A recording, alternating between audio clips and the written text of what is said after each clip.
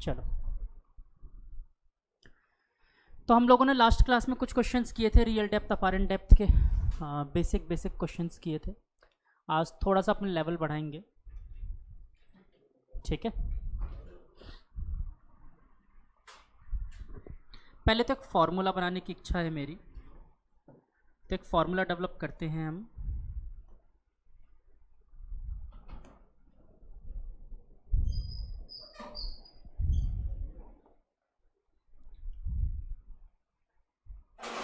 Let us suppose बच्चों ये एक कंटेनर है, इसमें वाटर भरा हुआ है फुल। वाटर की जगह कोई भी फ्लूइड मान सकते हो आप, ठीक। वैसे बेटर है मैं वाटर बोल दूं, बट स्पेसिफिक रिफ्रैक्टिव इंडेक्स पे नहीं जा रहा मैं, ठीक है।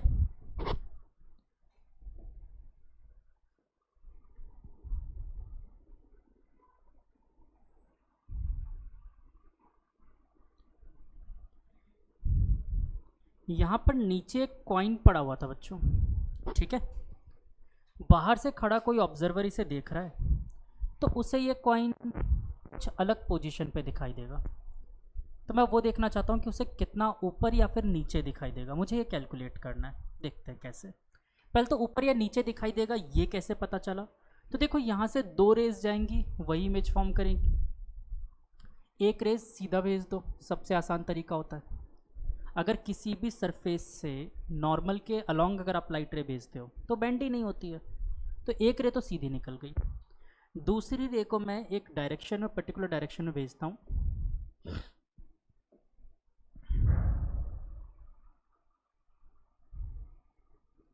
कुछ ऐसे। पर शायद ये नॉर्मल के अलोंग, मुझे ऐसा लगता है बेंड कर जाएगी। होगा ऐसा? मीडियम चेंज कर रही है। अभी अपन ने वाटर माना, बाहर एयर, तो बताओ अगर डेंसर से रेयर में जाती है तो क्या होता है?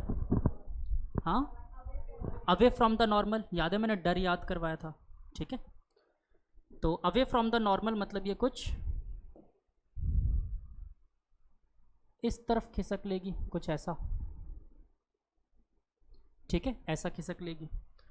और यहाँ पर थी किसी एक ह्यूमन की आँखें, मैं बड़ी गंदी सी आँखें बनाता हूँ, मछली मत समझना इसे, ठीक है। यहाँ पर थी इसकी आँखें। अब ज़रा देखो ये रे एक ऐसे निकली, एक ऐसे निकली, पर बेटा हमारा दिमाग ये प्रोसेस कभी नहीं कर सकता कि लाइट बेंड हुई होगी। हमारे दिमाग को ये लगता है कि लाइट हमेशा सीधी लाइन में ट्रैवल करती है। तो ज़रा यहाँ पर बैठे हुए इंसान को ये लाइट रे एक्चुअली में कैसी फील हो रही होगी? कुछ इस पोजीशन पे, और इसके लिए एक वर्चुअल इमेज बन रही होगी यहाँ पर, हाँ या ना? तो रियल में तो ऑब्जेक्ट कहाँ था? यहाँ पर उसे दिख कहाँ रहा है? कुछ यहाँ पर। ये एंगल ऑफ बेंडिंग आर, और यहाँ पर बनी थी इमेज, ठीक है। तो अब आपसे पूछा जाएगा कि इन दोनों के बीच का सेपरेशन क्या था, या तो ये पूछ सकते हैं, या फिर आपसे पूछ सकते हैं कि ये बताओ कि दोनों लाइट की बेंडिंग कितनी हुई, सॉरी अपारेंट डेप्थ कितनी थी इसकी। रियल डेप्थ ये कहलाती है, अपारेंट डेप्थ ये कहलाती है। मैं नाम देता हूँ दोनों के, जो पूरा, अच्छा सारे के सारे डिस्टेंसेज जो हम कैलकुलेट करेंगे वो सिर्फ और सिर्फ मीडियम बाउंड्री से कैलकुलेट करनी है, ये चीज़ स्ट्रिक्टली ध्यान रखना है। इसके न्यूमेरिकल्स में यहीं फंसते हैं बच्चे। सारी की सारी लेंथ्स अपन कहाँ से कैलकुलेट करेंगे? मीडियम बाउंड्री से। This is known as real depth, इसको नाम दे देता हूँ डी,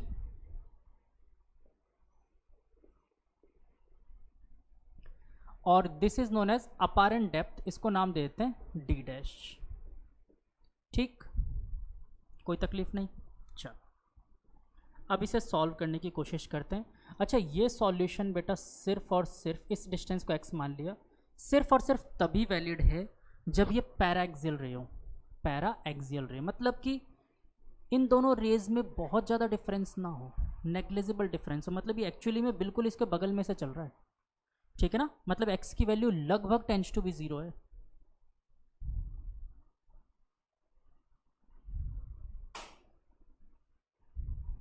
गया पेज, आगे का पेज फाड़ूंगा। चलो क्या हुआ, आज कॉपी कहाँ गई फिजिक्स की? पता था जो ऑप्टिक्स की क्लास है? अच्छा, वही भूल गए थे। ऐसे ग्रुप में मैसेज आया था। क्या फालतू ग्रुप ग्रुप की क्या इज्जत होती है? ऐसे खास खास रेस्पेक्ट मत दिया करो ग्रुप ग्रुप को। चलो, ये एंगल बच्चों आई, तो क्या मैं इस एंगल को आई बोल सकता हूँ? जेड बन रहा है देखो। और अगर ये वाला एंगल आर, तो ये वाला एंगल भी आर हो जाएगा, करस्पॉन्डिंग एंगल्स। मैं मान लेता हूं इसका रिफ्रैक्टिव इंडेक्स है μ2 और इसका रिफ्रैक्टिव इंडेक्स है μ1। दोनों के रिफ्रैक्टिव इंडेक्स मैंने एज्यूम किए। तो क्या कोई रिफ्रैक्टिव इंडेक्स का रिलेशन याद है? एंगल आई आर और रिफ्रैक्टिव इंडेक्स में क्या होता था? जब सिर्फ रिफ्रैक्टिव इंडेक्स के साथ लगाना हो तो डायरेक्ट लिखा करो μ2 और उसका एंगल देखो, μ2 वाले के लिए एंगल कौन सा है? आई। जिस मीडियम में उसका एंगल, तो साइन आई। तो μ2 sine I is equal to μ1 sine R. कोई दिक्कत? अगर मैंने कहा ये पैराक्सियल रे है, मतलब बहुत पास में, तो इसका मतलब आई और आर बहुत छोटे रहे होंगे। और अगर आई और आर बहुत छोटे हैं तो क्या मैं sine I is approximately equal to I बोल सकता हूँ? और अगर आप लोग फिर से बुरा ना मानो तो क्या इसी बात को tan आई भी लिखा जा सकता है? दोनों के लिए ट्रू होता है, लेकिन ये कब ट्रू होता है? जब एंगल बहुत कम हो। ठीक है, सेम साइन आर के लिए भी लिख सकते हैं, sine R is approximately equal to R and approximately equal to tan R. तो मैं साइन आई की जगह tan आई और साइन आर की जगह tan आर रख रहा हूँ। तो μ2 tan I is equal to μ1 tan R. ज़रा दोनों ट्राइंगल्स में tan आई और tan आर देख के बताओ। पहले आई वाले को पकड़ते हैं। देखो एंगल के सामने वाली साइड परपेंडिकुलर x, तो मैं लिख सकता हूँ μ2 परपेंडिकुलर अपॉन बेस। बेस कितना है इसका ज़रा देखो, आई वाले ट्राइंगल का, बड़ा वाला ट्राइंगल, क्या ये d है? तो क्या मैं μ2 अपॉन डी बोल सकता हूँ इसे? इज इक्वल टू μ1, आर वाले ट्राइंगल के लिए देखो फटाफट, 10 x बाई डी डैश, तो मैंने इसे लिख दिया x अपॉन डी डैश। क्या x से x गुजर गए और मेरे पास निकल के आया D dash is equal to, D को उधर भेज दिया, d μ1 बाय μ2। इसे थोड़ा सा चेंज करते हैं और मैं इसे लिखता हूँ D dash is equal to D upon μ2 by μ1। जानबूझ के लिखा मैंने ऐसा। हाँ हाँ, अब देखो जानबूझ के ऐसा क्यों लिखा है, क्योंकि आंखें ऑलमोस्ट आपको कहाँ दी जाएगी? बाहर ही दी जाएगी, एयर में। एयर का रिफ्रैक्टिव इंडेक्स 1, तो क्या डायरेक्ट d अपॉन μ2 बोल सकते हो अगर एयर के रिस्पेक्ट में दिया जाएगा तो सीधे सीधे आप इस क्वेश्चन को कर सकते हो। इजीली समझ आया? पक्का? अच्छा, क्या हो गया गुड़िया? कुछ डिस्कशन? अक्षिता कुछ कहना चाह रहे हो?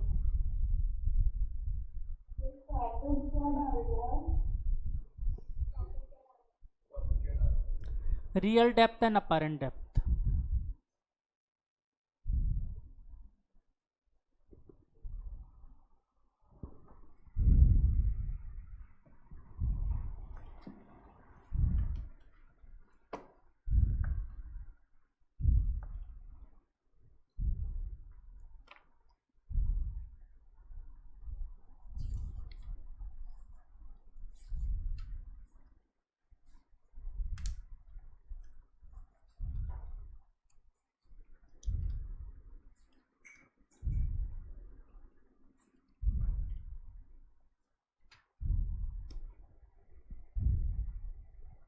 इसके क्वेश्चन भी बहुत इजी इजी आते हैं।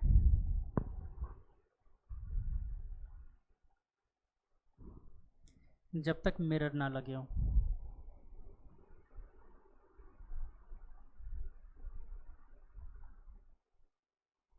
अच्छा, ज़रूरी नहीं है कि पानी में या अपैरेंट डेप्थ आप चेक करो, ग्लास के अंदर भी तो हो सकता है कुछ रखा हो। कभी आप लोगों ने पेपर वेट देखा हो? पढ़ते वक्त जनरली लोग क्या करते हैं, पेपर वेट अपने बुक या कॉपी पे रखते हैं। तो आप लोगों ने अगर कभी देखा हो तो उसमें अंदर रखी हुई चीज़ें आपको अलग टाइप से ऑब्जर्व होंगी, बाहर से कुछ ऊपर उठी हुई ऑब्जर्व होंगी। ये देखा कभी?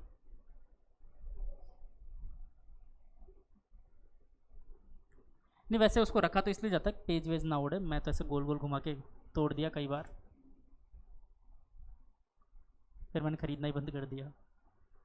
एक बार तो पैर पे गिर गया था सर्दियों में।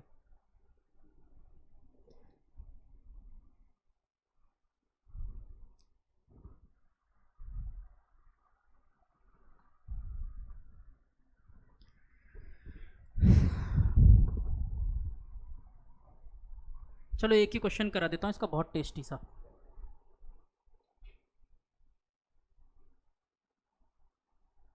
अच्छा, पेज भी तो फाड़ना था, पहले लिख लो फिर बाद में फाड़ूंगा, और इसका पेज फाड़ के छीन लूँगा। नहीं, अच्छा अच्छा, मेरे सामने बना रहे थे तुम डायग्राम।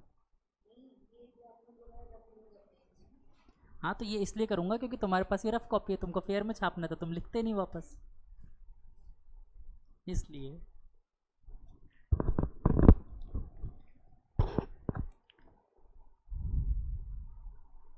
हो गया?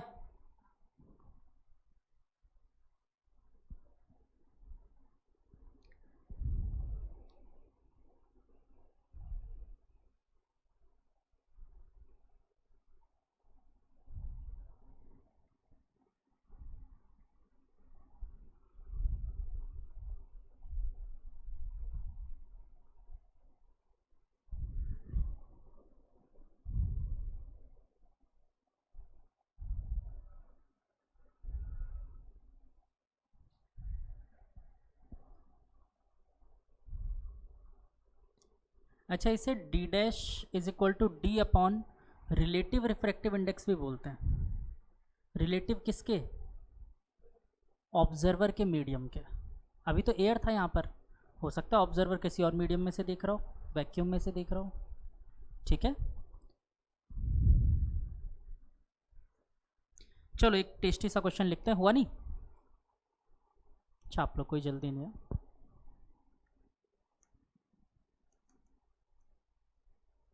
आपका तो हो गया ना एग्ज़ाम, ऑप्टिक्स से ऑप्टिक्स दी थी।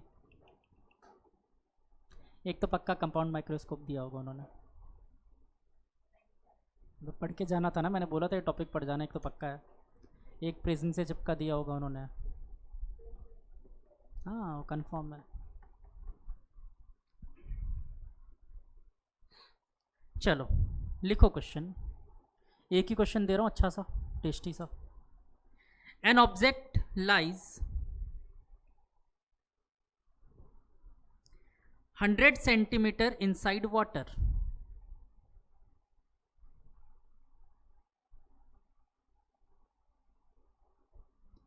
Inside water. इसका रिफ्रैक्टिव इंडेक्स भी आपको गिवन है, तो ब्रैकेट में लिख लो mu is equal to 4/3, 4/3 water का।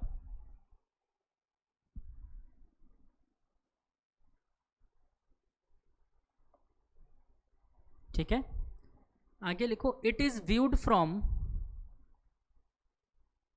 Air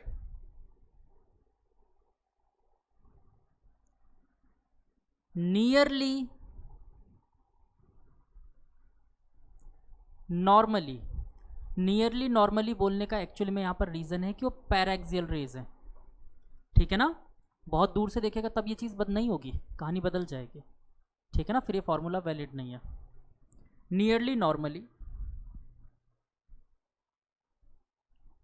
find the apparent depth of the object.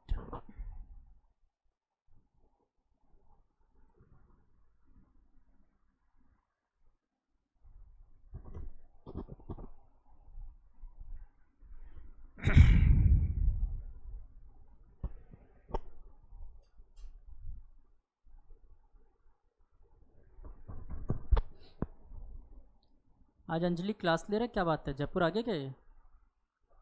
हाँ, तो फिर ऑनलाइन क्यों ले रहा है? हाँ अंजलि, क्या है, कितना आया? 30, गुड। 3 सेंटीमीटर।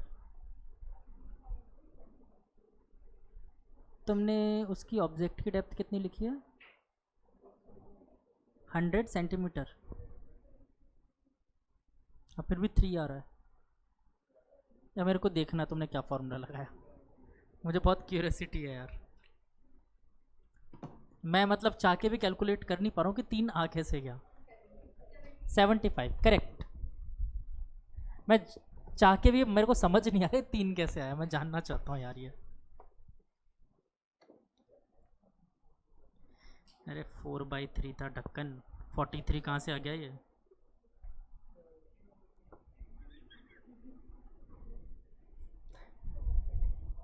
Refractive index 43। तुमने डायमंड से खतरनाक चीज़ बना दी है, पता है? एक्चुअली में इसने सुना नहीं ढंग से, 4/3 की जगह 43 लिख लिया इसने, तो इसलिए इसका 2.9 आंसर आ रहा था। ये कुछ भी कर सकता है ये। चलो, कोई बालक है जिससे नहीं हुआ ये क्वेश्चन त्रिशला के अलावा? नहीं हुआ ना? पक्का? फिर भी कोई तो है जिससे नहीं हुआ। एक के तो बुखार हो रहा है, उससे कंफर्म में नहीं हुआ।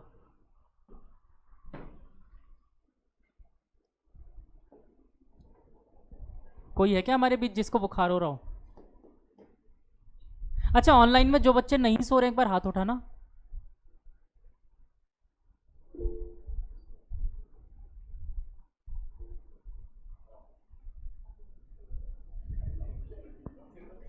सिर्फ दीवा सो रही है और एक अनुज सो रहा है।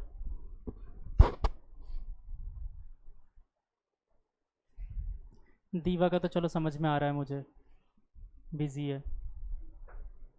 एक अनुज भी सो रहा है, ठीक है।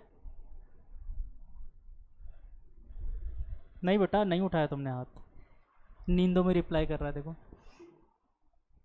चलो, तो क्वेश्चन में गिवन है बच्चों आपको म्यू इज इक्वल टू 4/3 और रियल डेप्थ आपको यानी डी बराबर दे रखा है 100 सेंटीमीटर। कुछ नहीं करना था बेटा, फॉर्मूला चिपकाना था। एयर के लिए, ये तो वाटर का हो गया, एयर के लिए क्या होता है? Refractive index 1।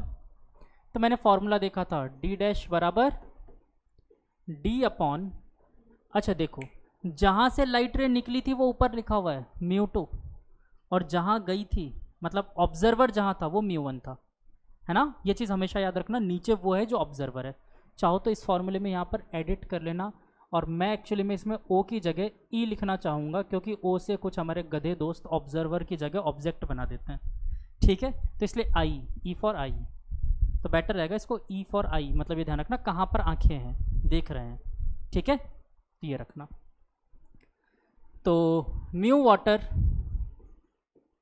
Upon mu air, बस वैल्यूज रख दो, 100/4/3। 3 से गया 25 टाइम्स, 25 3 जा इज 93, ठीक है? चलो गुड। तो टेस्टी क्वेश्चन कर लिया आप लोगों ने, अब इजी क्वेश्चन देता हूँ। लिखो इजी क्वेश्चन।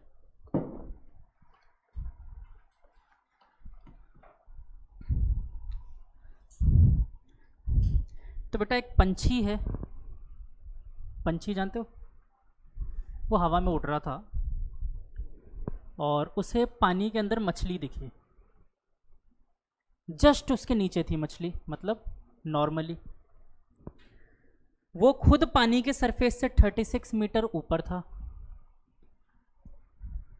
पंछी पानी के सरफेस से 36 मीटर ऊपर था और मछली पानी के सरफेस से 36 मीटर नीचे थी,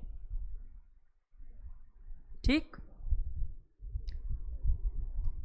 एयर में पंछी उड़ रहा होगा, हवा में उड़ रहा होगा, कॉमन सेंस है, तो उसका रिफ्रैक्टिव इंडेक्स 1, वाटर का रिफ्रैक्टिव इंडेक्स 4/3, ठीक है? अब कुछ क्वेश्चंस हैं। ABCD करके क्वेश्चंस लिख लो। डायग्राम बना के दूँ या बना लिया? बना ही देता हूँ यार मैं, तुम फिर 43 बना दोगे कुछ।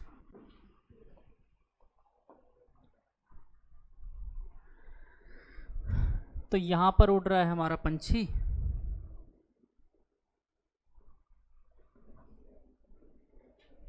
ये पंछी उड़ रहा है, और यहाँ पर है वाटर सरफेस, और इसकी हाइट कितनी है? 36 मीटर। अरे गजनी बोलो मत। और यहाँ से 36 मीटर नीचे एक मछली स्विम कर रही थी, ठीक है, और इसकी भी डेप्थ कितनी थी? 36 मीटर। इसका रिफ्रैक्टिव इंडेक्स 4/3। एयर का रिफ्रैक्टिव इंडेक्स मुझे पता नहीं, देख लेना, ठीक है। और क्या, हाँ पहला क्वेश्चन यही है, what is the refractive index of air, ठीक है। अगला बी पार्ट, अरे नहीं यार, एयर का रिफ्रैक्टिव इंडेक्स पूछूंगा क्या, यही रह गया है। ये तो किसी रिक्शे वाले से पूछ लो, बता देगा, सच में पूछ लेगा, सब सही बता देगा वो, गारंटेड बता देगा। तुम 2-3 बार पूछ के देखो, एक देगा रख के।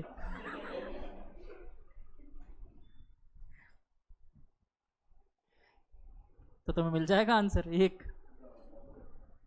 चलो ए पार्ट है बेटा, find apparent height of the bird. Bird की अपारेंट हाइट क्या होगी? सेकंड है apparent depth of the fish.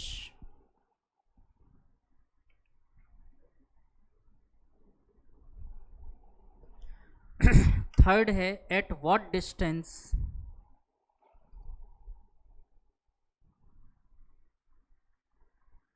will the bird appear to the fish।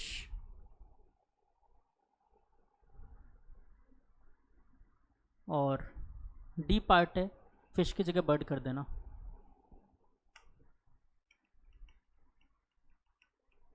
और बर्ड की जगह फिश।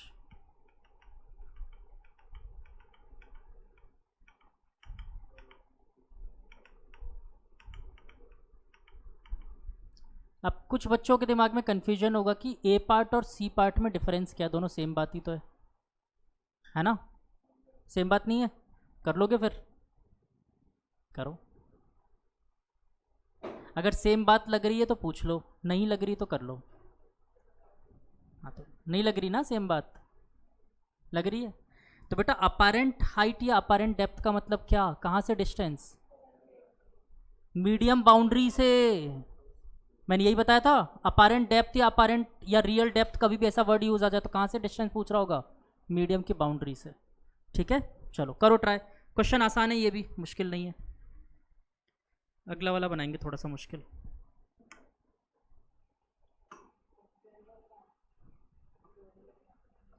अब वो तुम सोचो, यहाँ पर दो ही लोग हैं देखने वाले, दोनों के पास आंखें हैं, पंछी के पास भी और मछली के पास भी। तो एक बार मछली भी देख रहा है, एक बार पंछी भी देख लिया।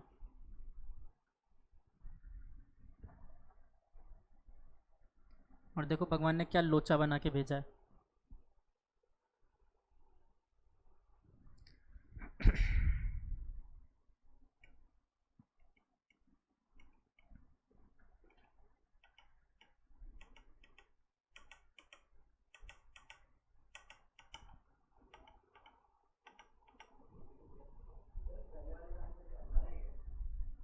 पहले वाले का आंसर तो 1 आ गया था ना?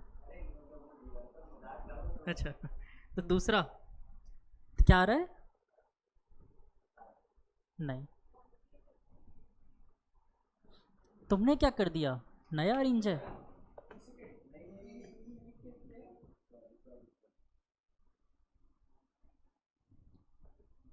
फर्स्ट का आंसर 48 करेक्ट। अरे यूवी गेमिंग यहाँ कहाँ से पहुँच गया?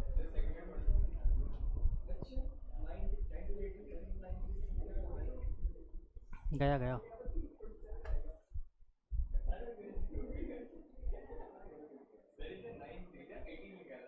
गुड, होता है बेटा, होता है।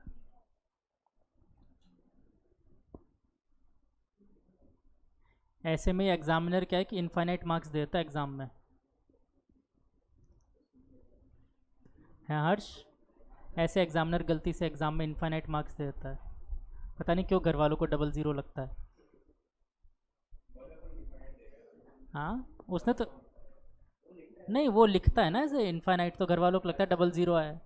वो तो ये बताना चाहते हैं टीचर कि आपका बेटा एक्स्ट्रा ऑर्डिनरी है।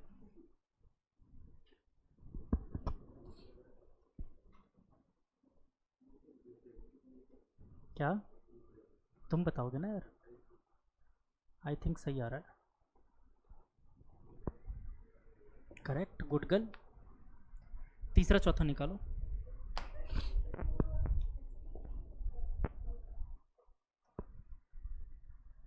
कौन से पार्ट का आपने बताया आंसर? 84 सी रेस्पेक्टिवली। क्या हो गया बेटा विराज?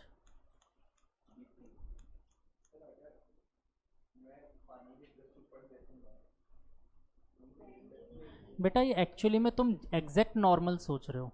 मैंने क्या कहा आपको, हमेशा वो क्वेश्चन नियरली नॉर्मल का देगा, वो एग्जैक्ट नॉर्मल कभी नहीं देगा। एग्जैक्ट नॉर्मल तो बेवकूफ़ी है पूछना फिर तो। हाँ बट वो एग्जैक्ट नॉर्मल कभी होगा ही नहीं, वो नियरली नॉर्मल होगा। पर बेटा डेप्थ पे कहानी तब भी बिगड़ेगी। ये हाइट की बात कर रहा है, अगर एग्जैक्ट नॉर्मल होगा तो भी हाइट बिगड़ जाएगी। हाइट चेंज होगा। ये कहानी है, बताऊंगा बाद में। स्पीड ऑफ लाइट, अच्छा मीडियम चेंज होने से एंगल की बेंडिंग नहीं होती, नॉर्मल के अलॉन्ग जाता है तो क्या स्पीड ऑफ लाइट चेंज नहीं होती? लाइट की स्पीड तो चेंज होती है, तो रियलिटी में स्पीड ऑफ लाइट की कहानी है ये।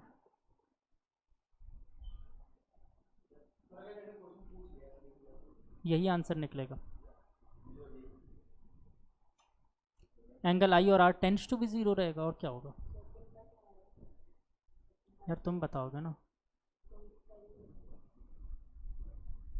हो गया सबका सॉल्व? चारू का आंसर नहीं आया, हमारे वैशाख भाई का नहीं आया, इधर हम दोनों का भी नहीं आया। क्या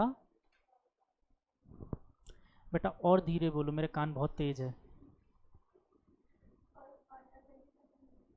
फर्स्ट का नहीं, सेकंड का है 27, फर्स्ट का 48 है। चलो तो फर्स्ट पार्ट क्या पूछा गया ये देखते हैं। एक पार्ट मैं करवा रहा हूँ, चलो तीनों मैं करवा रहा हूँ, चौथा आप कर लेना। हाँ इधर इधर इधर, फर्स्ट पार्ट में क्या पूछा है क्वेश्चन बताओ। अरे बोलो। अपरेंट डेप्थ, हाइट होगा ना यार। मतलब इस बार हाइट देख रहा है, तो देख कौन रहा होगा? खुद की हाइट खुद देख रहा है क्या वो?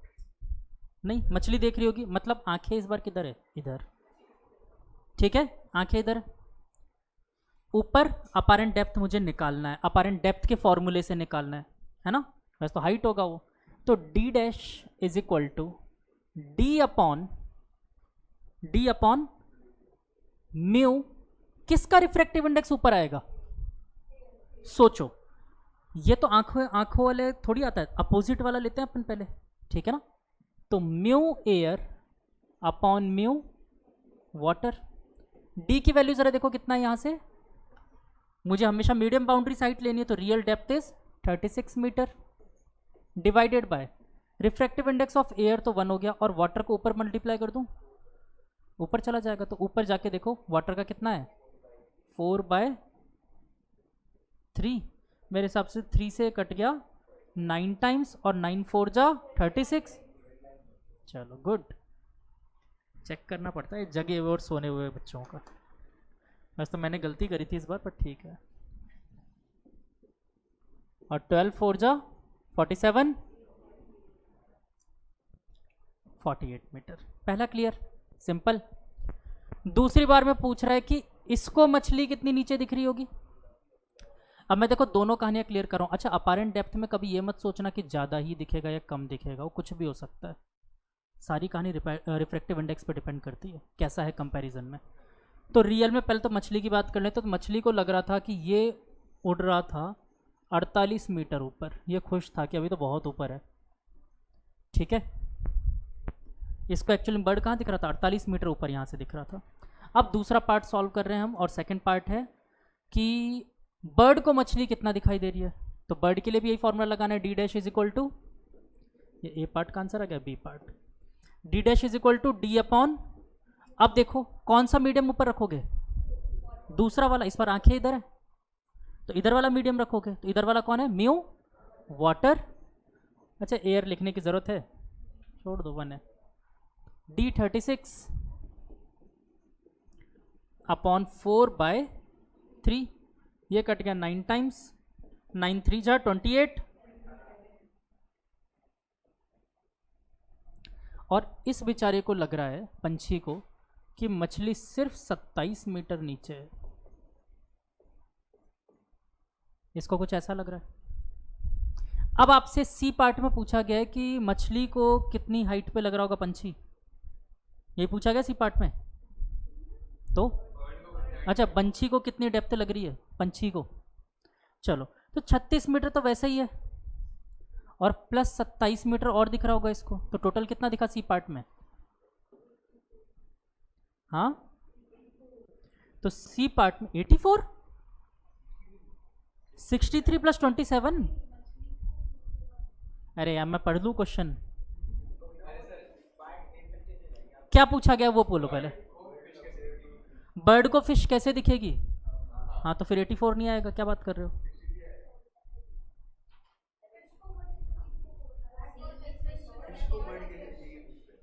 जब फिश को बर्ड कहाँ दिख रही है, एक बार और सोच लो, मुझे कोई जल्दी नहीं है, फिश को बर्ड पूछा गया ना, हाँ तो इसने क्वेश्चन गलत लिख लिया लेकिन आंसर सही निकाल लिया, हाँ तो 2 फिश ना, फिश देख रहा है, हाँ तो होगा ही वो, तो मैं क्या मना कर रहा हूँ, तो मुझे क्वेश्चन तुम लोगों ने बताया पंछी देख रहा है, मैंने पूछा भी नहीं, बताया तो इस बालक ने था, हाँ किया था, चलो तो फिश को कितना दिख रहा होगा, देखो यहां से पानी तक तो इसको नॉर्मली हाइट जितना है उतना ही दिखेगा, तो 36 मीटर प्लस एयर में इसे कितना ऊपर दिखाई दे रहा था 48 मीटर, तो 36 प्लस 48, मेरे हिसाब से कैलकुलेशन किसी को भी नहीं आती है, तो दिस विल बी 84 मीटर, पक्का ना। चलो अगला क्वेश्चन रेसिप्रोकल है, पंछी को कहाँ दिख रहा होगा, तो 36 प्लस 27 कर देना, आंसर कितना आ जाएगा, क्या हो गया,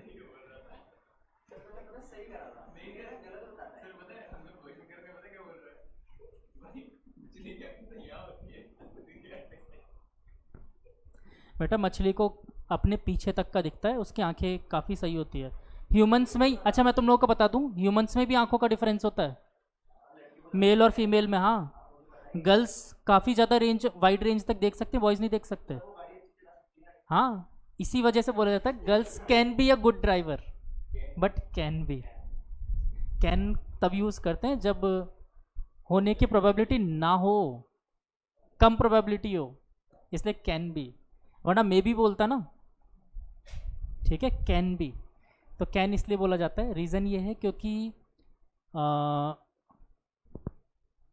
क्विक डिसीजन में वुमेन्स कमज़ोर हो जाती हैं, क्विक डिसीजन में जब क्विक डिसीजन लेना होता है ना, तो जैसे इसमें भी क्या नेचर ने बनाया हुआ है कि जैसे इमोशनल क्रिएचर बोलते हैं और practical creature, males are practical creature, females are emotional creature, तो क्या होता है उन पर तुरंत इमोशन हावी हो जाता है, डर के मारे और छोड़ दिया हैंडल, गया गया जो गया, तो तुरंत उनका डर हावी हो जाता है, उन पर इमोशन तुरंत हावी हो जाता है, बट मेल्स में ऐसा जल्दी नहीं होता इस वजह से, और फिर भी ज़्यादा एक्सीडेंट मेल्स के ही होते हैं, कारण उनको स्टैंड से चिंगारियाँ जो निकालनी होती है हाँ ये इसी हरकतों की वजह से मरते हैं ज़्यादा, और क्या है, स्टैंड से चिंगारियाँ निकाल रहे थे, एक मैं विली मार के दिखाता हूँ, एक कोई इंस्टाग्राम पे था, मुझे किसी ने बताया था उसके बारे में, वो ट्रैक्टर पे स्टंट करता था, बढ़िया बढ़िया स्टंट करता था, और वो ट्रैक्टर के नीचे दब के मर गया वो, ठीक है,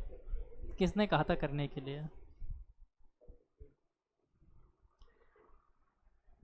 ऐसे जान जोखिम में मत डाला करो यार।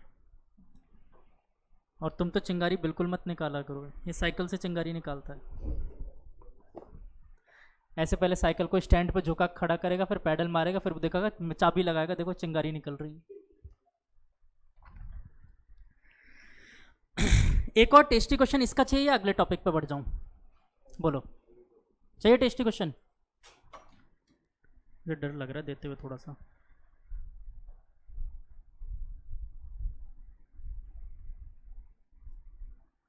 इसमें 3 मीडियम आ जाएगी एक्चुअली में। चलो ले लो, देखी जाएगी। होमवर्क के लिए दे दूंगा, ज़्यादा तो क्या ही है ना। लिखो, कंसिडर अ सिचुएशन। इसमें एक फिश टैंक दिया हुआ है आपको, फिश टैंक है। मैं थोड़ा सा डायग्राम बना देता हूँ।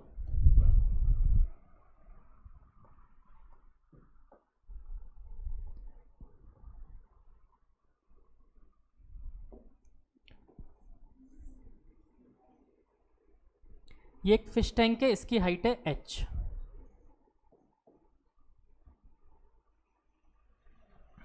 इसकी हाइट है h, और यहां से h/2 पर एक फिश नहा रही थी, ठीक है। और यहां से h हाइट पर, पता नहीं क्या बन गया ये, दूसरी मछली बन गई। तुमने मुझे समझ क्या रखा है, ये लो।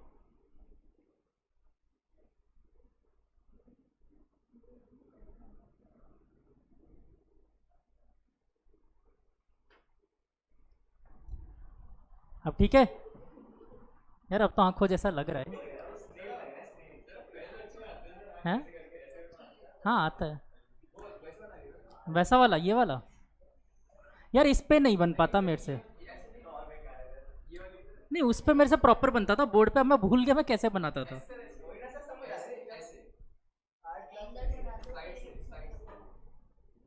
क्या बोलना चाहते हो तुम?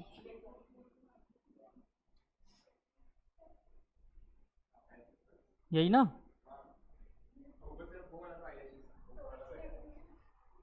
नहीं, ये साइड आइक है, साइड से है ना आंखें बेटा, ऐसे दिख रहा है आपको साइड व्यू। ये स्नेल अच्छा नहीं लग रहा ना। चलो,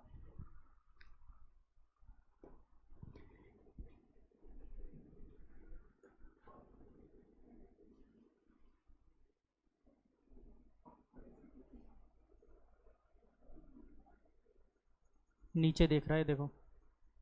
अब मेरे से नहीं बन रहा है, इससे समझ लेना बन गया जो बनना था। नहीं, ये मार्कर भी थोड़ा सा इधर उधर स्लिप करता है, इसको ऊपर उठाओ तो भी उस पर टच हो जाता है वो, तो इसलिए भी ख़राब हो जाता है ये।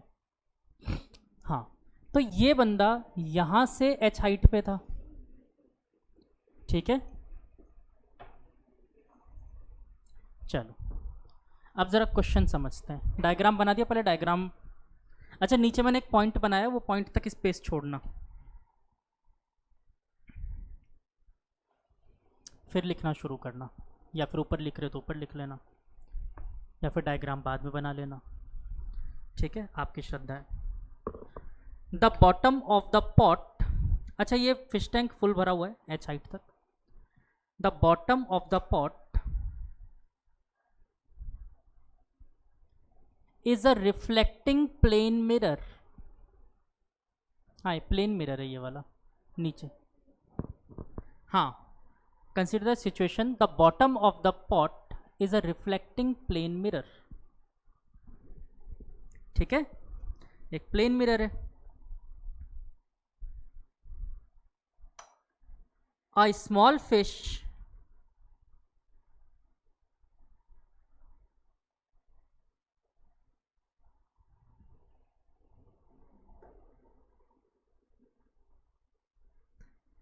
इसका नाम, फिश का नाम एस दिया हुआ है, ठीक है, स्मॉल फिश एस।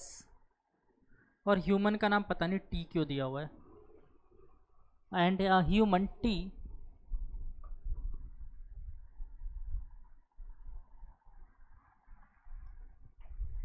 और रिफ्रैक्टिव इंडेक्स ऑफ वाटर आपको म्यू दिया हुआ है, तो refractive index of water is mu. ये डायग्राम की कहानी थी। अब क्वेश्चन देखते हैं। पहला question A part, eight what distance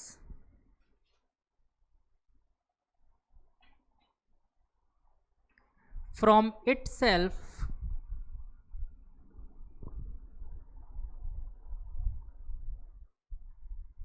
the fish see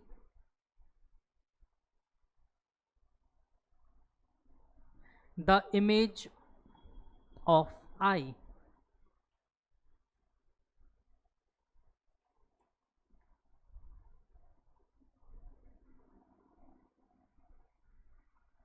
अरे यार ये क्वेश्चन अभी रहने देते हैं यार। रीज़न है तुम लोग को प्लेन मिरर का कंसेप्ट नहीं पढ़ा है ना मैंने अभी। इसमें कई इमेजेस बन सकते हैं, पॉसिबल है। एक्चुअली में इसको दो आंखें दिख रही होगी अगर आप नोटिस करो तो, एक तो ऊपर और एक नीचे, और दोनों के लिए डिस्टेंसेस अलग अलग होगी। ऊपर वाले में बड़ा गजब का गेम होता है कि पहले एयर से वाटर में आई, फिर वाटर में रिफ्लेक्ट होके फिर डिस्टेंसेस अलग अलग आते हैं इसमें। पर प्लेन मिरर मैंने नहीं करवा रखा है आप लोगों को, आप लोगों के तो काम का है ही नहीं, बोर्ड वालों के। ठीक है, तो बोर्ड वालों के काम का नहीं, वरना क्वेश्चन बड़ा ज़ोरदार बनता है ये। पर क्वेश्चन तो लिख लो, आगे कभी भविष्य में तो करोगे, लिख लो पूरा क्वेश्चन। तो सेकंड पार्ट लिखो, eight what distance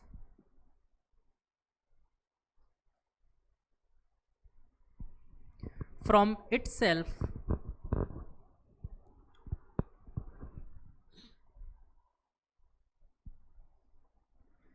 will the eye EYEI see the images of the fish।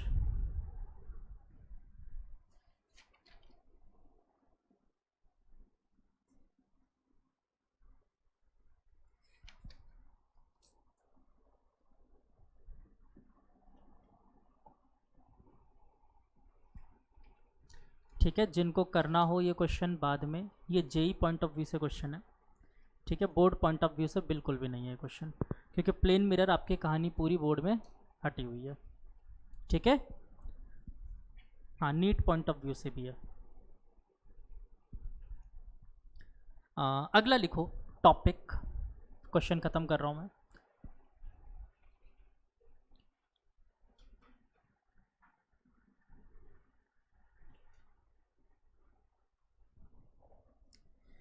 Refraction through a parallel slab.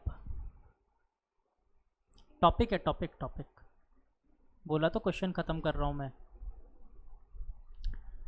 Refraction through a parallel slab.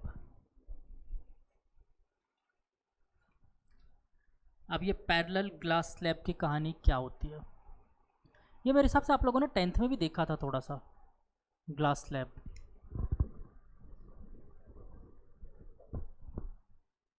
इसमें ट्रिग्नोमेट्री वगैरह लगता है वैसे थोड़ा सा।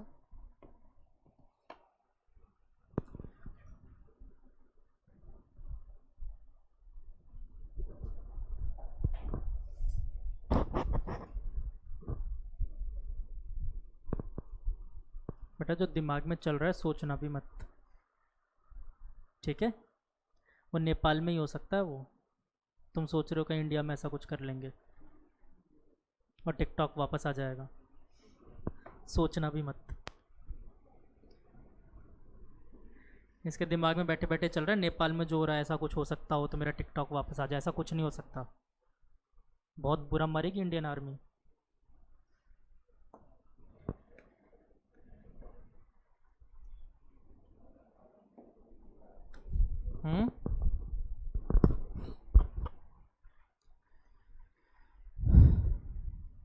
अच्छा क्वेश्चन थोड़ी सा टॉपिक था ये तो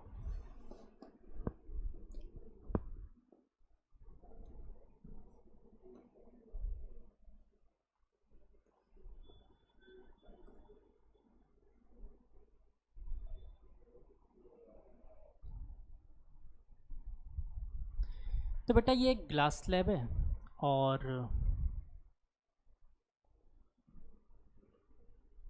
इसकी थिकनेस है टी। टी थिकनेस है इसकी,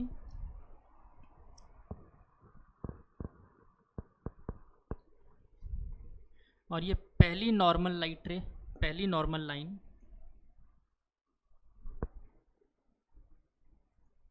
ये एक नॉर्मल लाइन बनाई है मैंने और इसका कोई खास लेना देना नहीं है फिलहाल के लिए तो। और यहाँ पर रखा है एक ऑब्जेक्ट, और वो ऑब्जेक्ट रखा है कहाँ पर है, नॉर्मल पे ही। तो इस पॉइंट का नाम दिया O, और इसकी यहाँ से डिस्टेंस भी मैं मान के चलूँगा O। कहाँ से, मेरे मीडियम बाउंड्री से, मतलब कि ग्लास प्लेट जहाँ से स्टार्ट हो रहा है। तो यहाँ से एक लाइट रे तो सीधे ऐसे निकल जाएगी, दूसरी आप कहीं से भी भेज दो, आपकी इच्छा है। तो दूसरी लाइट रे मैंने भेजी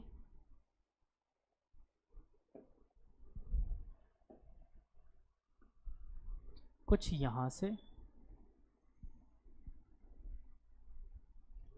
और मेरे हिसाब से शायद आप सबको ये चीज़ पता होगी कि अगर लाइट रे यहाँ से एंटर करेगा तो रेयर से क्या वो डेंसर मीडियम की तरफ जा रहा है, और डेंसर मीडियम की तरफ जा रहा है तो लाइट रे किस तरफ पेंट करेगी, टुवर्ड्स द नॉर्मल। पक्का, मतलब ये लाइट रे एक्चुअली में तो ऐसे जानी चाहिए थी, पर ये ऐसे ना जाकर के कुछ ऐसे बेंड कर जाएगी। क्लियर। मान लो अभी ग्लास से लाइट रे बाहर नहीं निकल रही, आप यहीं पे आंखें लेकर बैठे हो ग्लास के अंदर, ठीक है, तो आपको इमेज कहाँ दिख रही होगी, सोच के बता सकते हो। आपको तो यही लगेगा ना लाइट रे सीधी आ रही है, हमारा ब्रेन तो यही प्रोसेस कर सकता है। तो इसको इमेज कुछ यहां पर ऑब्जर्व होगी, इसको मैंने नाम दिया I1, ठीक है। यहां पर इमेज फॉर्म होगी, इसको ऐसा लग रहा है। चलो अब आपको मिरर से ग्लास से बाहर निकाल देते हैं। तो ग्लास से बाहर निकलने के लिए फिर से नॉर्मल के अबाउट बेंडिंग होगी, हाँ कि ना, होगी बेंडिंग। और इस बेंडिंग की वजह से मेरी लाइट रे नॉर्मल के और पास आ जाएगी, है ना। वैसे अगर बेंड नहीं होती तो ऐसे जाती, बेंडिंग की वजह से ये कुछ ऐसे हो जाएगी, कुछ ऐसे हो गई, अवे फ्रॉम द नॉर्मल, क्योंकि डेंसर से रेयर में जा रही थी। अच्छा, एक छोटी सी बात मैं ऑब्जर्व करना चाहता हूँ, आप लोग भी देखो अगर समझ पाओ तो, कि सिर्फ और सिर्फ इस ग्लास सरफेस की वजह से ये लाइट रे बेंड हो गई। अगर ये सरफेस ना होता तो ये लाइट रे एक्चुअली में कुछ इसी पाथ पे जा रही होती, कुछ ऐसे। अगर एक ग्लास सरफेस नहीं होता तो ग्लास सरफेस होने की वजह से यहाँ से कहीं से पास कर रही है। क्लियर। अब कुछ छोटी छोटी चीज़ें बनाते हैं। इनमें से कौन सा कलर है जो आपको सबसे ज़्यादा विजिबल लग रहा हो?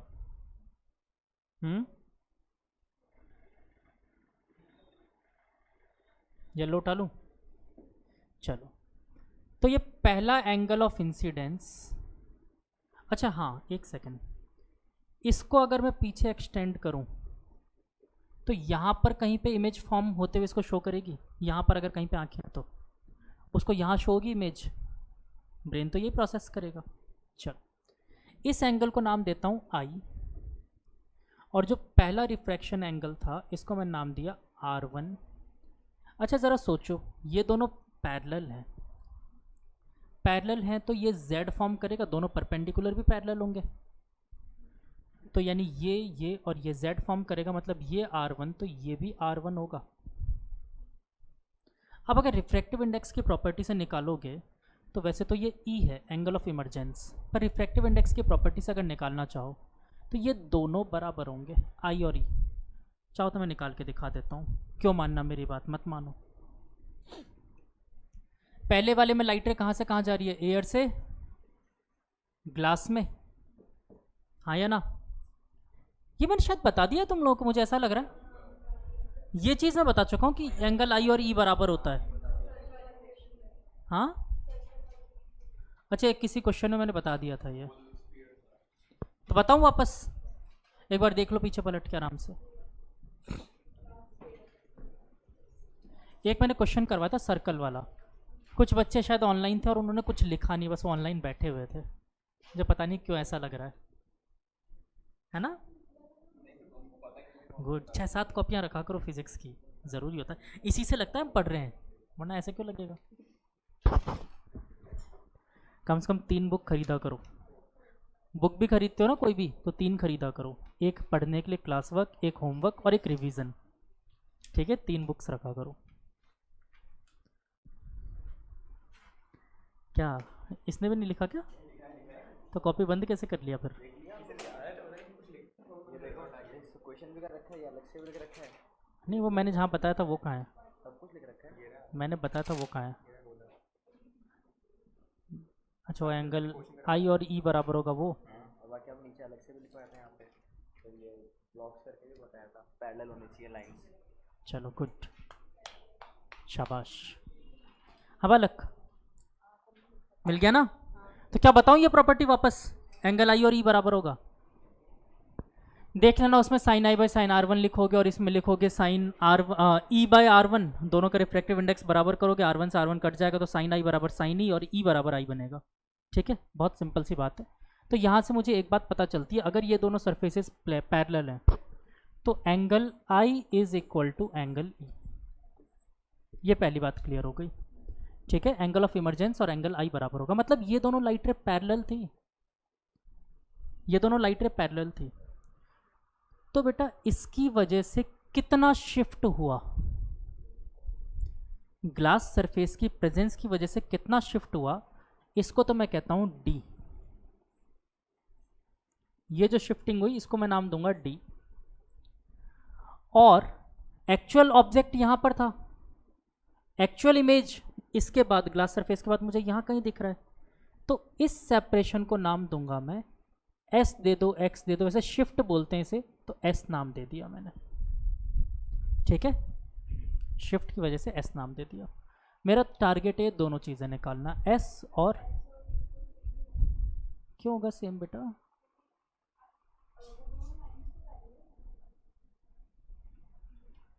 बेटा ये दोनों लाइंस के बीच का परपेंडिकुलर डिस्टेंस है, और ये देखो ज़रा किसी एंगल पे डिस्टेंस है। ठीक है, तो ऐसे कैसे सेम हो जाएगा? तो पहला काम डायग्राम बनाओ, फिर उसके बाद शुरू करते हैं। अच्छे से बनाओ डायग्राम, क्लियर बनाना, फिर इसमें शुरू करेंगे।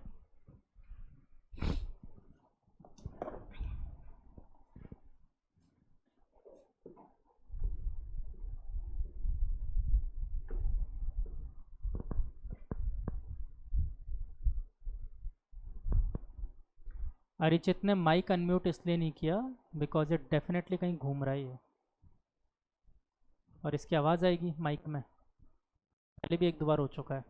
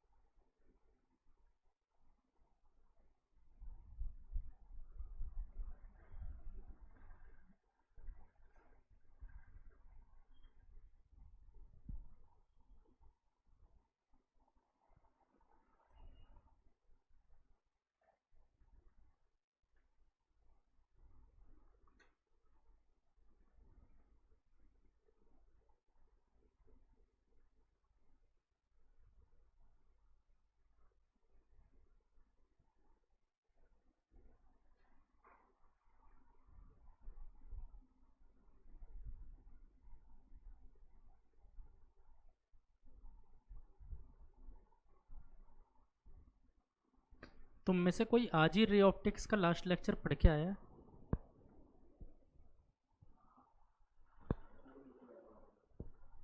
अच्छा, आज ही पढ़ा है।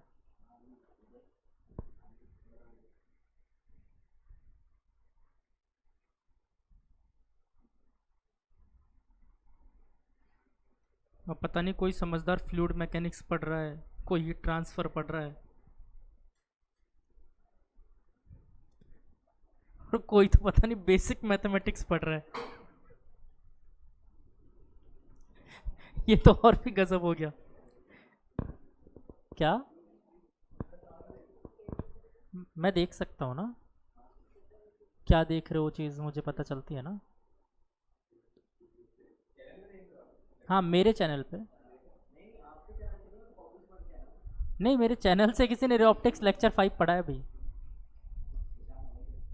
हाँ, नहीं, ईशान लास्ट क्लास में था। नहीं चलो, वो तो फिर भी ठीक है, कोई रिवाइज करके आया। चलो, बेसिक मैथमेटिक्स कौन पढ़ रहा है अभी?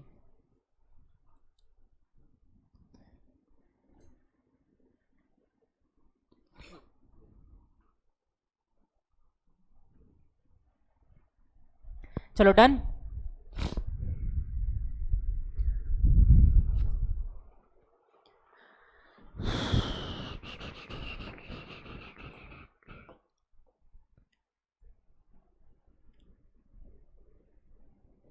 अब आप सबकी कॉपी में डायग्राम है, तो मैं इस डायग्राम को थोड़ा सा जूम आउट कर रहा हूँ ताकि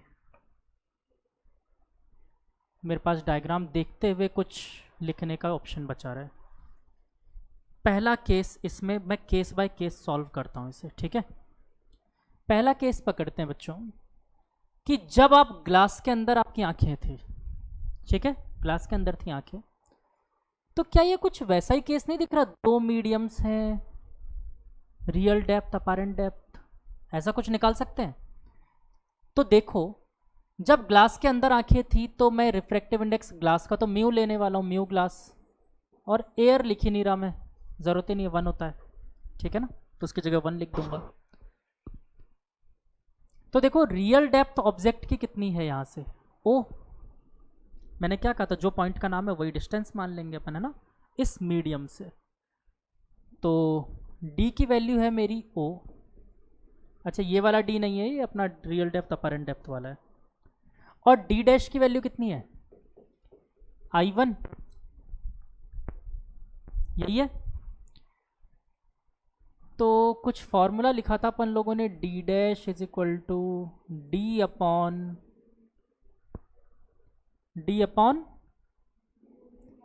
mu glass upon mu air. लिखने की जरूरत ही नहीं है, 1 होता है ना, छोड़ देता हूँ। इन दोनों की वैल्यूज रखो, तो O is equal to I dash upon mu, यही आएगा। और मेरे पास I dash is equal to निकल के आ गया। क्या बालक, कुछ कहना चाहते हो तो बोलो। कहाँ उल्टा लिखा बेटा?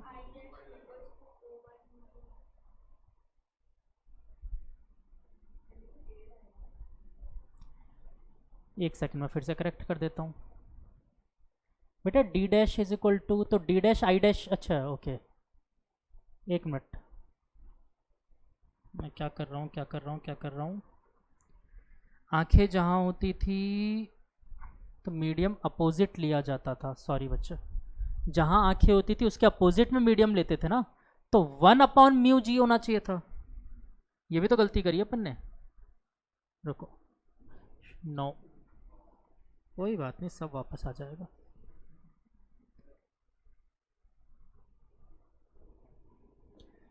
मैं इसे वापस सॉल्व करता हूँ। अपन यहाँ पर लिखने में गलती कर दी, फिर से देखो बेटा, आंखें इधर है तो पहला रिफ्रैक्टिव इंडेक्स तो उधर का आना चाहिए ना, जिस तरफ आंखें थी उसके अपोजिट में रिफ्रैक्टिव इंडेक्स लेते थे। तो अगर अरिंजा की तरह नहीं सोए हो तो समझ में आ गया होगा, ठीक है ना। हाँ, मेरे को दिख रहा है, तुम कहाँ देख रहे हो। इसके दिमाग में चल रहा है वही कि आज बृहस्पतिवार है, अगर मैं बृहस्पति धाम मंदिर जाऊँ तो आज नए जूते आ सकते हैं। समझ में आ रहा है मुझे।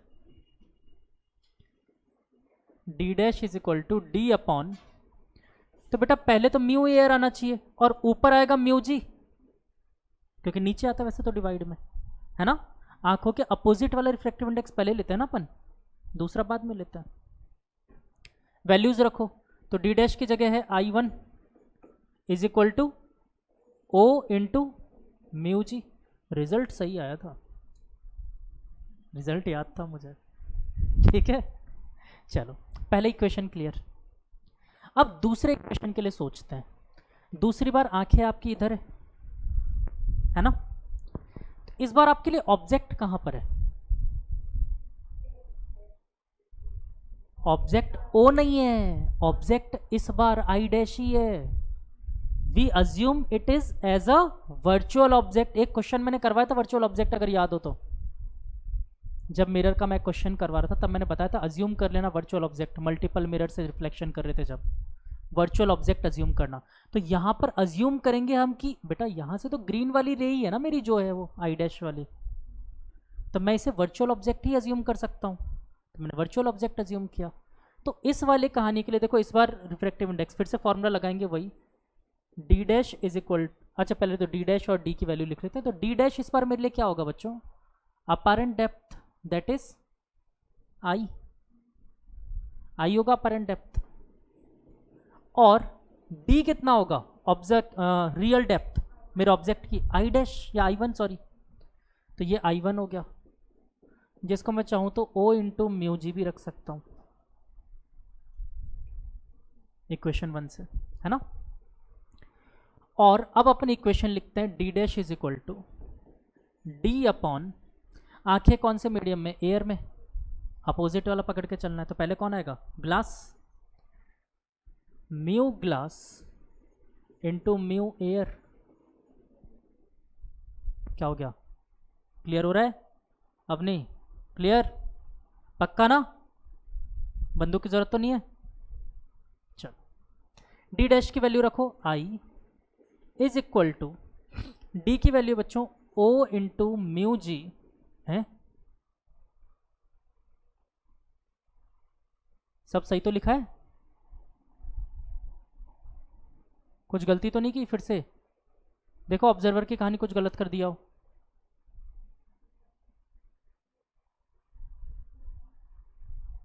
हाँ, एक महा बड़ी गलती कर दी मैंने, किसी ने भी मुझे टोका नहीं, एक बहुत बड़ी मिस्टेक करी है मैंने। मुझे तो मेरी मिस्टेक मिल गई है, क्या करिए। आप लोग एक बार नोटिस करो, कहीं मिस्टेक दिख रही है क्या कुछ? चलो बताओ कहाँ मिस्टेक है, कहाँ पर? अच्छा अच्छा, मिस्टेक यहाँ पर है। चलो क्या? D dash is equal to I। अच्छा याद करो मैंने क्या बोला था, ये जो अपैरेंट डेप्थ और रियल डेप्थ होता है कहाँ से निकाला जाता है? मीडियम की बाउंड्री से। और इस बार मेरी मीडियम की बाउंड्री तो नीचे वाली है ना, मैं उस वाले से क्यों डिस्टेंस कैलकुलेट कर रहा हूँ? तो दोनों में T प्लस होता, थिकनेस भी तो आता। समझ गए कहाँ गलती करी? ये मिस्टेक थी। हाँ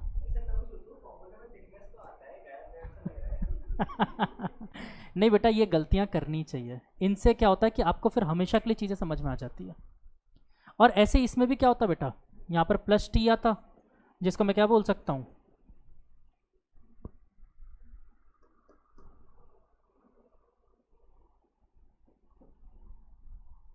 ठीक है, ये बोला जा सकता है।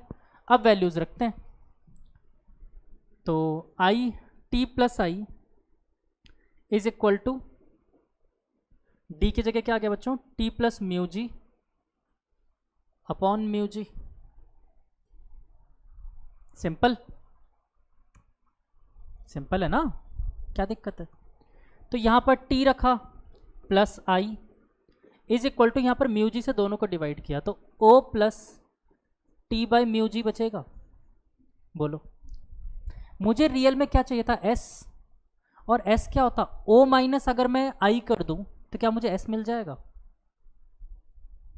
जागो मोहन प्यारे, अगर मैं ऐसा कर दूं O में से I माइनस कर दूं तो क्या मुझे S मिल जाएगा?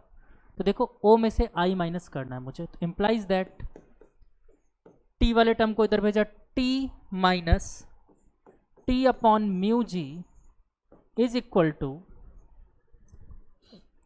ओ minus I that is equal to S, shifting of image. आ गया काम, आंसर। टी कॉमन ले लिया, 1 minus 1 upon mu G is equal to S, और ये बन गया मेरा फॉर्मूला जो हमेशा वैलिड है, लेकिन कंडीशन याद रखना दोनों सरफेसेस पैरेलल होनी चाहिए। ठीक है। हाँ, इसमें एक कहानी और भी है। मैंने बाहर एयर रखा हुआ है, अगर बाहर कोई दूसरा मीडियम रख दूँ जब, तो फिर यहाँ पर रिलेटिव वाला आएगा। ठीक है, रिलेटिव कैलकुलेट करना पड़ेगा। तो आज घर जाके क्यों, अभी करोगे। बाहर मैं कोई दूसरा मीडियम रख रहा हूँ, मीडियम 1 मीडियम 2, फॉर्मूला डिराइव करोगे इसके बाद आप लोग खुद। बाहर का मीडियम 1 और अंदर का मीडियम 2। अच्छा, एक चीज़ और याद रखना, ये फॉर्मूला वैलिड होने का एक और कंडीशन है। पहला कंडीशन तो ये था पैरेलल हो, दूसरी कंडीशन इन दोनों तरफ का रिफ्रैक्टिव इंडेक्स सेम होना चाहिए, तभी वैलिड है, वरना नहीं है।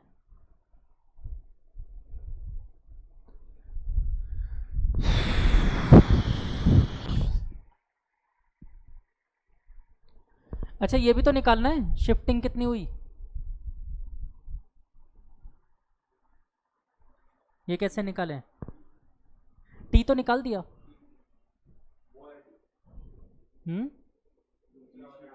हाँ, वो नीचे वाला डी। तो बताऊं डायरेक्ट तरीका, शॉर्टकट। क्या, ना ना ना, उससे शॉर्टकट है। जो भी तुम्हारे एस की वैल्यू आई है ना, इसको आई से मल्टीप्लाई कर देना।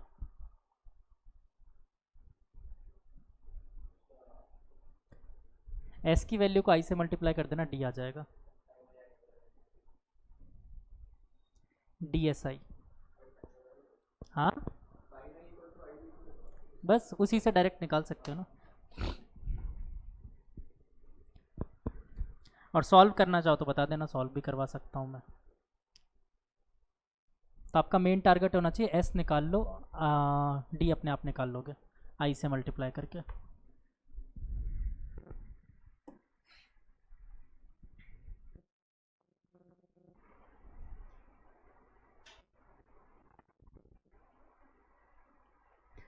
अच्छा, एक बात याद रखना, आपके सिलेबस में सारी चीज़ें पैराक्सियल रे पे ही हैं।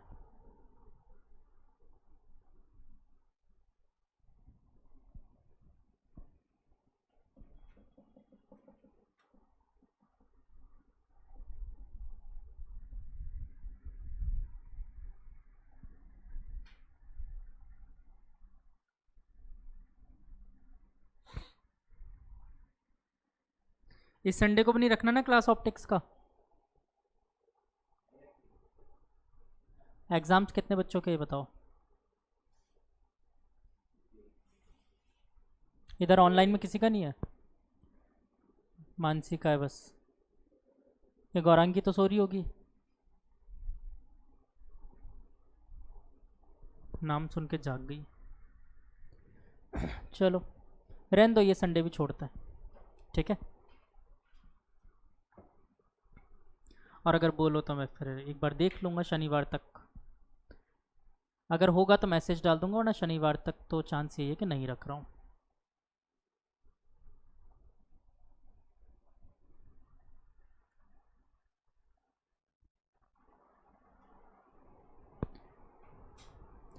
इसके अनुज के फर्स्ट यूनिट टेस्ट भी हुए नहीं हुए अभी तक स्कूल में। अरे अरिचित, तुम लोग के फर्स्ट यूनिट टेस्ट हुए नहीं हुए अभी तक स्कूल में। अच्छा, हो गया आप लोगों के, अच्छा आप भी तो उसमें ही हो। हाँ,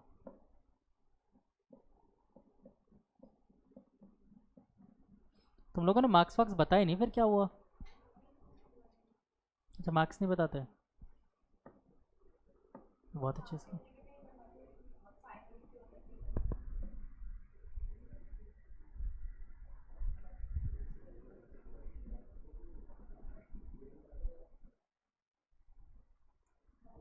और ये डिसीजन किसका होता, प्रिंसिपल सर का।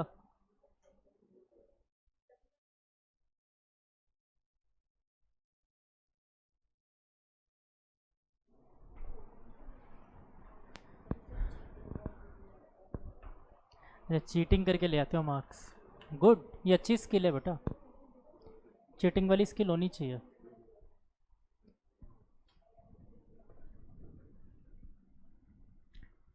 सर 10 क्वेश्चन होते हैं एमसीक्यूज बस, ये ऐसा ही है क्या?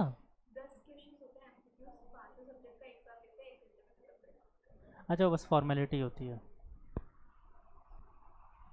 अरे तो तुम्हारे तो अपरिचित बढ़िया से होते होंगे एग्जाम, उनके तो ढंग से होते हैं।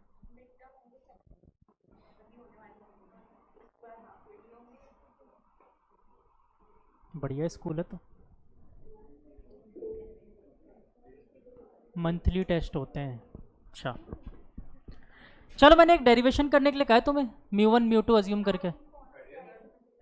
एंगल आई बाहर, एंगल आई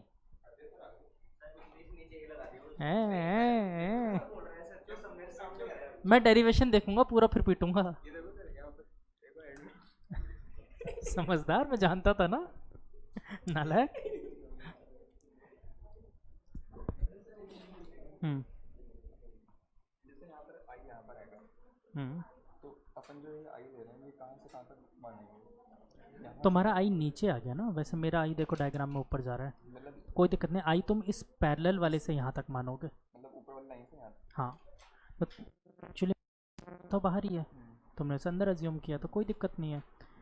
तुम तो यही बोलोगे ना, अब देखो टी माइनस आई हो गया तुम्हारे लिए ये, फिर लेकिन तुम ये ध्यान रखना कि फिर एस जो निकालोगे डिस्टेंस शिफ्ट, वो भी निकालते हुए तुम्हें ओ और ये फिर माइनस माइनस का ही करना पड़ेगा। तो बेटर है तुम इसको अज्यूम करो कि बाहर की तरफ ये ख़त्म कहानी, कैलकुलेशन फंसोगे प्लस माइनस में। नहीं समझ आई बात क्या कह रहा हूँ? नहीं तो मत बनाओ ना।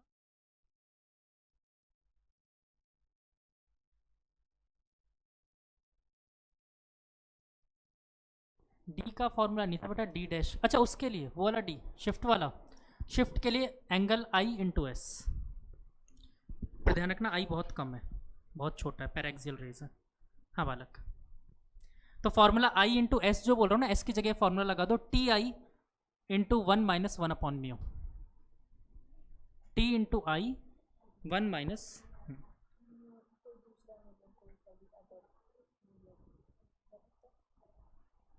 वैसे में एडिट कर रहे हो ना, सॉल्व कर रहे हो, एडिट कर रहे हो, चलो गुड।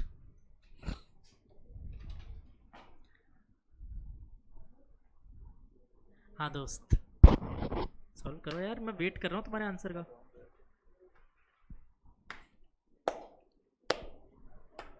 और बेटा नहाया करो, ये डीओ लगाने से कुछ नहीं होता है।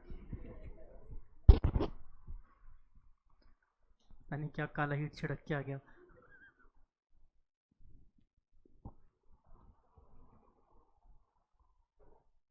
कुछ सीखो इस सेंटा से।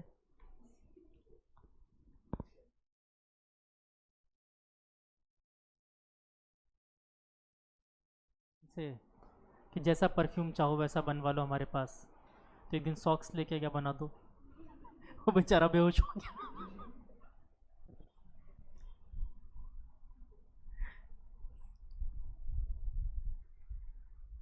वैसे आते हैं ऐसे वाले भी, वो स्मेल वाले, नहीं नहीं वो क्या बोलते हैं उसे, प्रैंक परफ्यूम बोलते हैं, क्या बोलते हैं, बहुत बुरी स्मेल करते हैं वो।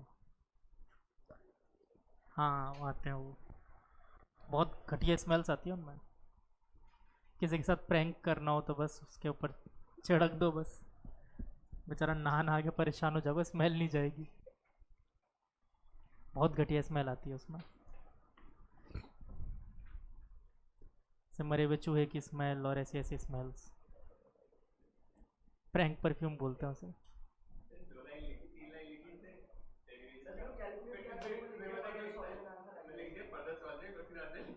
अरे वाह हर्षिता, बेटा अभी आगे चल के मेरे पास है इसमें फिर तीर का मान निकालू क्या मैं, मेरे वेरिएबल रिफ्रैक्टिव इंडेक्स दे दूंगा अभी। दे दूं वेरिएबल रिफ्रैक्टिव इंडेक्स? हाँ हाँ हाँ, तो उन्होंने तो पूरा ही करवाया है, उन्होंने तो कुछ भी नहीं छोड़ा। हम्म।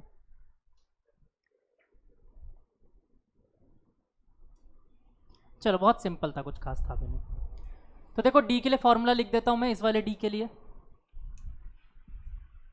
D is equal to T I 1 minus mu medium upon mu G.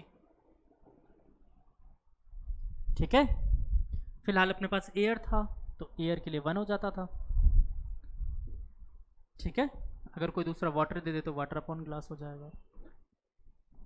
ठीक है, तो 1 माइनस बाहर वाला मीडियम अपॉन अंदर वाला मीडियम। ठीक है, इजी। चलें आगे, आसान से एक आध क्वेश्चन दे देता हूँ, फिर आगे अगली क्लास में करेंगे क्वेश्चंस। चलो लिखो, find the lateral shift,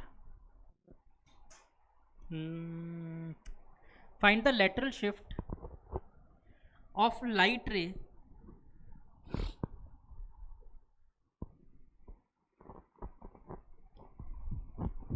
while it passes through a parallel glass slab, while it passes through a parallel glass slab। बहुत सारे बच्चे भाग गए क्लास से क्या? गौरांगी गायब है, मतलब नहीं थी क्लास में वो।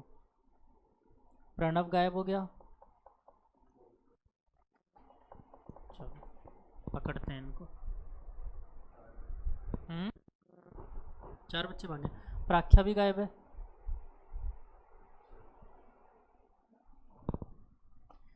Find the lateral shift of a light ray while it passes through a parallel glass slab of thickness 10 centimeter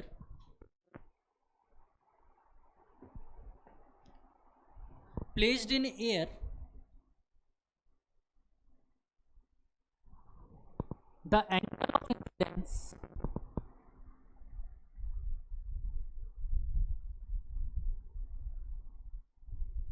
in air is 60 degree,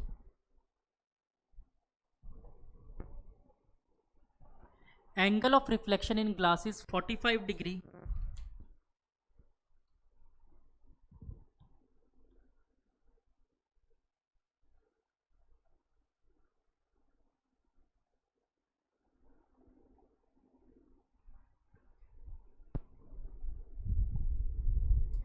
अच्छा यहाँ पर देखो एंगल थोड़ा सा ज़्यादा है, तो इस केस में पता है क्या करते हैं, इसी डी वाले फॉर्मूले का थोड़ा सा चेंज वर्जन और है, वो भी बता देता हूँ आपको। ये किससे निकला, ये आई क्यों होता है, तो इन रियल बेटा ये निकाला जाता है D is equal to T into sine I minus R upon cos R, इससे निकलता है ये। हाँ हाँ हाँ, तो डायरेक्ट इस फॉर्मूले से निकाला जाता है, बट ये ध्यान रखना क्योंकि बच्चे मोस्टली वो याद कर लेते हैं। तो अगर पैराक्सियल नहीं दिया हुआ, यहाँ पर 45 डिग्री की बात कर रहा है, 60 डिग्री की बात कर रहा है, तब तुम पूरा थोड़ी लगा सकते हो, तुम्हें सॉल्व करना पड़ेगा। तो यहाँ पर इस रिलेशन से निकालना पड़ेगा तुम्हें।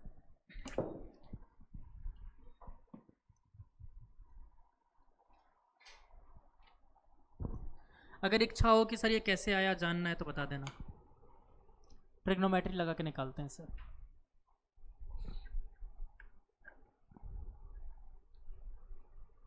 मैं डेरिवेशनल उतनी ही चीज़ें बताता हूँ आप लोगों को जितनी चीज़ें ज़रूरत होती है एग्ज़ाम के लिए या फिर बोर्ड के लिए।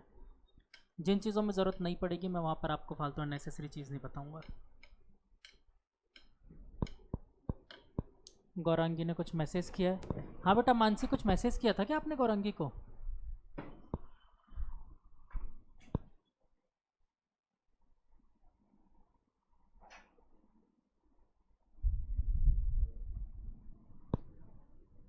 सर क्या बताया आपने, वापस बता दो प्लीज़।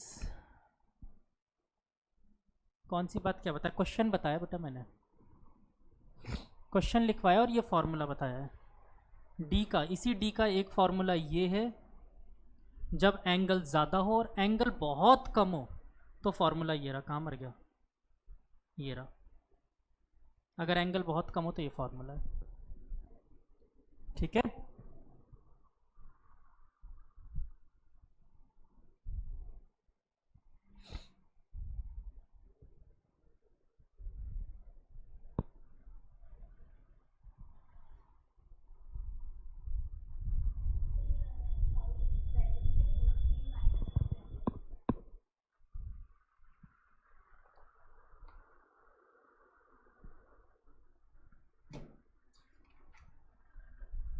कितना 5, क्या निकाल लिया तुम लोगों ने? साइन 15 की वैल्यू रख दी क्या? साइन 15 की वैल्यू रख दी? अच्छा, सबको साइन 15 की वैल्यू नहीं पता है तो अच्छा, जिनको नहीं पता उनके लिए साइन 15 की टर्म्स में ही आंसर बता देता हूँ। तो इसका आंसर आ रहा है 10√2 साइन 15। हाँ बालक,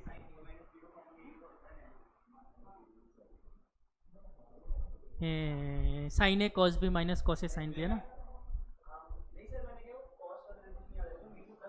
हाँ, गुड गुड गुड। चलो मैं सॉल्व कर रहा हूँ बेटा। अब एक बार बता चुका, बात खत्म हो गई, अब भूल जाओ। देखो बहुत सिंपल सा क्वेश्चन था। टी आपको कितना दे रखा था? 10 सेंटीमीटर, आई 60 डिग्री और आर 45 डिग्री। वैल्यूज चिपकाना था बस। तो D is equal to 10 into sine 60 minus 45 upon cos 45। बेटा इसको ऊपर चिपका दिया, 1/√2 बना, ऊपर आ गया तो 10√2। और चाहो तो अब इसको सॉल्व कर सकते हो, ठीक है? साइन 60 माइनस साइन 45, साइन ए माइनस बी पता है, नहीं पता तो अगर आंसर साइन 15 डिग्री के टर्म्स में दे रखा तब तो वही, और वरना फिर सॉल्व कर लेना। साइन 60 कॉस 45, तो साइन 60 होता है √3/2 अपॉन 2√2 माइनस 1/2 √2, और ये आ गया √3 माइनस 1 अपॉन 2√2, √2 से √2 कट गया तो 10√3 माइनस 1 अपॉन 2, और ये आ गया 0.732 सॉरी 7.32 अपॉन 2, और इसको मैंने फर्दर और सॉल्व किया तो ये आ गया 3.50 और 16, तो 3.62 मैंने एग्जैक्टली सॉल्व कर दिया, ठीक है? देख के आंसर लिख दिया बस, है ना? इस पे जोर नहीं लग जाए, बस गलती से किया करो कैलकुलेशंस। हाँ, बुक में आंसर यही दे रखा था वैसे, साइन 15 के टर्म्स में 10√2 साइन 15। कोई कुछ कह रहा था, सर सर सर भूल गया, बहुत खाली जगह है। अच्छा आप कह रहे थे? हाँ वो तो चेक करूँगा ना, 16 से मुझे पता है 6 आएगा, तो चेक तो करना पड़ेगा। मुझे पता है, मुझे पता है बेटा, 16 दूनी 32 होता है, यहाँ पर 16 जोड़ता 6 ही आता। मैंने जानबूझ के नहीं किया, क्योंकि कुछ बच्चों ने सीधे लिख दिया, ठीक है? ये तो कॉमन सेंस है यार, आधा करूंगा तो भी सेम टर्म कैसे आ गया, सोचने की बात थी, ठीक है? तो मैंने इसको सॉल्व कैसे किया था, 7 का हाफ होता है 3.5 और 32 का हाफ होता है 16, तो 3.50 प्लस 0.16 ऐड किया आपने तो क्या बना 3.66। और ये कैसे आया, तो बेटा √3 की वैल्यू होती है 1.732, उसमें से 1 गया तो क्या बचा 0.732, तो 10/2 इंटू 0.732, 10 से मल्टीप्लाई किया 7.32, 7.32 अपॉन 2, तो ये हो गया 3.66 सेंटीमीटर, ठीक है? और छापो देख के, ठीक है? चल, तो मेरी तरफ से आज की कहानी, नहीं नहीं नहीं नहीं नहीं नहीं नहीं नहीं, एक फॉर्मूला बताना है मुझे। अगर मल्टीपल स्लैब्स हों, बोर्ड वाले बच्चों को लिखने की आवश्यकता है नहीं, जिनको प्रॉपर जेई का एग्जाम देना है। हाँ अच्छा, बोर्ड के लिए करना है, गुड। प्रॉपर जेई का जिनको एग्जाम देना है, अगर मल्टीपल स्लैब्स हों of thickness T1 T2 T3 और सबके रिफ्रैक्टिव इंडेक्स भी अलग अलग हो, जैसे T1 वाले थिकनेस का रिफ्रैक्टिव इंडेक्स मैं नाम दूंगा μ1, T2 वाले के लिए μ2, T3 वाले के लिए μ3, तो डायरेक्ट फॉर्मूला लिखो। हाँ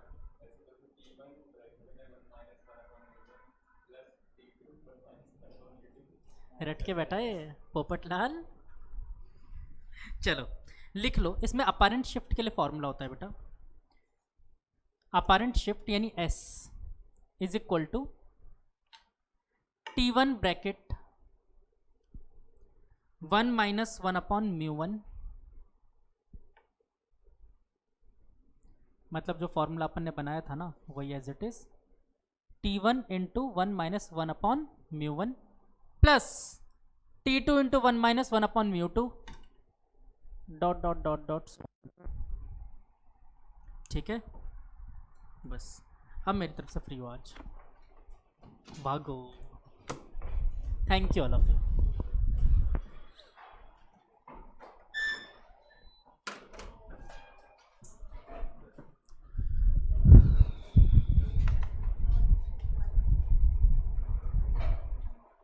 जो लोग क्लास में सो रहे थे बस